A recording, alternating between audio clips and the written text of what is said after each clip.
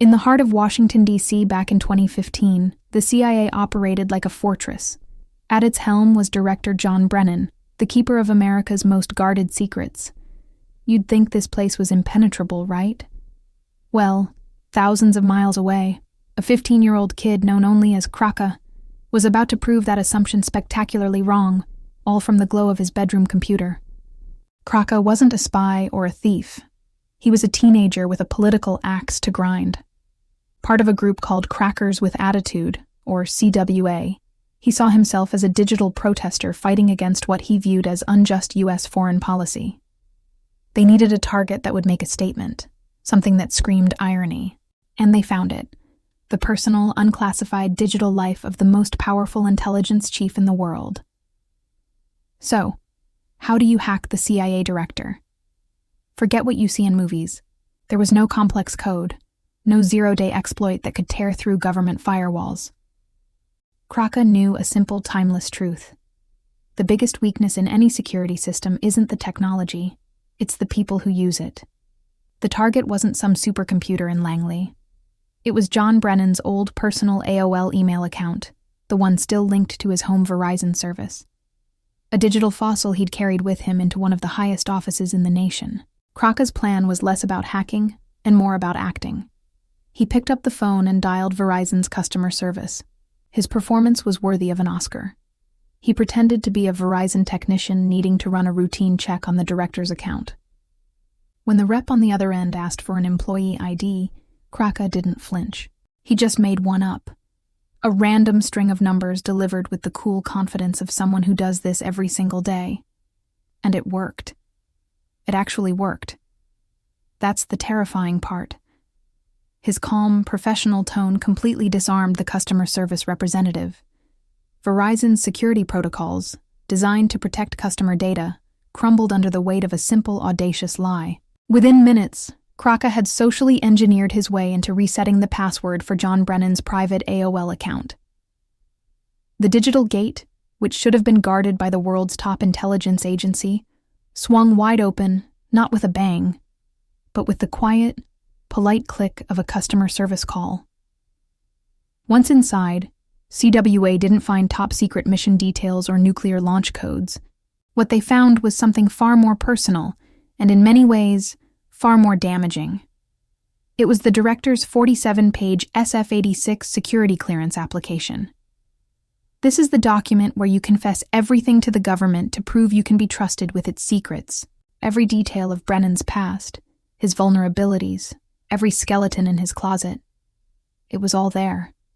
It was a goldmine of political dynamite. This document laid bare deeply personal information about the CIA director. It included details about his history and other highly sensitive data that intelligence agencies use to determine if someone can be blackmailed or compromised. This was no longer just a digital prank. It was a direct, personal, and political attack.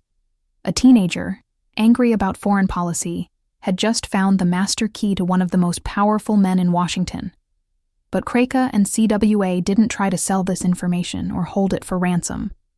True to their original mission, they dumped the documents online for the entire world to see. A digital wildfire erupted, spreading across global news feeds in an instant. The fallout inside the U.S. government was immediate and chaotic.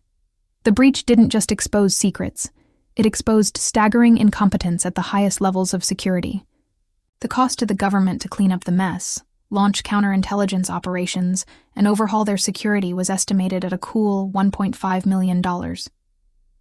But the damage to the reputation of the CIA and its director, that was priceless. For a moment, Kraka must have felt like a god. A 15-year-old phantom who had triggered a geopolitical earthquake from his bedroom. But here's the thing about poking the world's most powerful intelligence agency. They do not take kindly to being embarrassed. The CIA, the FBI, and the Secret Service joined forces, turning their entire arsenal of surveillance not on a sophisticated cyber criminal, but on a high school kid who made a prank call. They weren't hunting for a complex string of code. They were looking for a phone number, an IP address, the tiniest digital footprint left behind. The end didn't come with a digital showdown. It came with a simple, firm knock on a suburban front door. Federal agents, warrants, the grim reality of the real world crashing down. In an instant, Kraka's digital empire vanished. His crusade didn't end with a victory parade. It ended with a prison sentence. And here, as the most damning lesson of all, the CIA's system wasn't really hacked, because the vulnerability that cost $1.5 million and shook the foundations of U.S. intelligence was not a firewall or an encryption key. It was something far more common, far more human, the simple, dangerous act of trust. This story is a wild reminder that in our hyper-connected world, the biggest threats can come from the most unexpected places. It's a fascinating, cautionary tale about power, protest, and the human element that will always be the weakest link in the chain. Thanks for watching. If you found this story as mind-blowing as I did, make sure to hit that like button and subscribe for more deep dives into the hidden stories that shape our world. See you in the next one.